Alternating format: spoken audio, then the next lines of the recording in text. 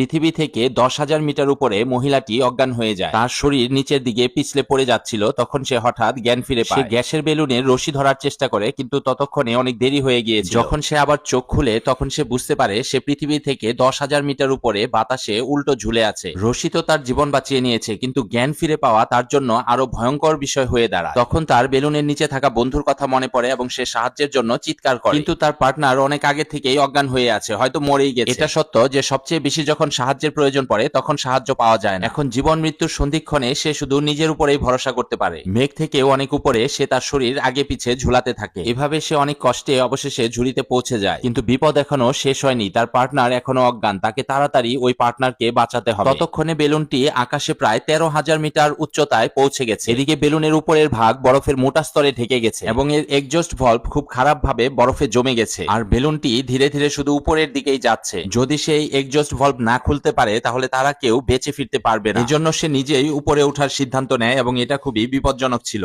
কারণ তার কাছে কোনো সেফটি গিয়ার ছিল না। একটি ছোট ভুলের কারণে তার শরীর ছিন্ন ভিন্ন হয়ে যেতে পারত। অনেকক্ষণ পর যখন মনে হয় যে এটা কখনো শেষই হবে না, তখন সে মাত্র এটার কিনারে এসে পৌঁছেছে। যখন সে উপরে তাকায় তখন সে বুঝতে পারে টপ এখনো অনেক দূরে। তার হাত পুরোপুরি অবশ হয়ে গিয়েছিল। সে কাছের একটি দড়ি ধরার চেষ্টা করে, কিন্তু সে একটুর জন্য সেটা ধরতে পারে না। এখন তার শরীরে অক্সিজেন অনেক কম, তার ঘুম আসতে থাকে এবং সে চোখ বন্ধ করতে চায়, কিন্তু ঠিক তখনই তার নিচে অজ্ঞান হয়ে পড়ে থাকা পার্টনারের কথা মনে পড়ে যায় এবং তখনই তার চোখ খুলে যায়। সে তার বেঁচে থাকা শক্তি একসাথে করে নিজেকে সামলায় এবং পুনরায় হাত বাড়ায়। এবার সে রশি ধরে ফেলে এবং রশির সাহায্যে সে নিজেকে উপরের দিকে টেনে নিয়ে যায়। সে যেন পড়ে না যায় এজন্য রশি কোমরে বেঁধে নেয় এবং আবার চলতে শুরু করে। অগণিতবার চেষ্টা করার পর সে অবশেষে বেলুনের টপ পর্যন্ত পৌঁছে যায়। সে খুব ক্লান্ত হয়ে পড়েছিল, সে প্রায় পড়েই যাচ্ছিল, তবুও সে হার মানে না। সে তার কনুই দিয়ে ভলভে বারবার আঘাত করে, কিন্তু বরফ অনেক মোটা ছিল তাই এটা ভাঙছিল না। তারপর সে ভলভ খোলার চেষ্টা করে, কিন্তু সেটা খোলে না। এবার সে ধীরে ধীরে দাঁড়ায় এবং পুরো শক্তি দিয়ে সেখানে লাথি মারতে থাকে।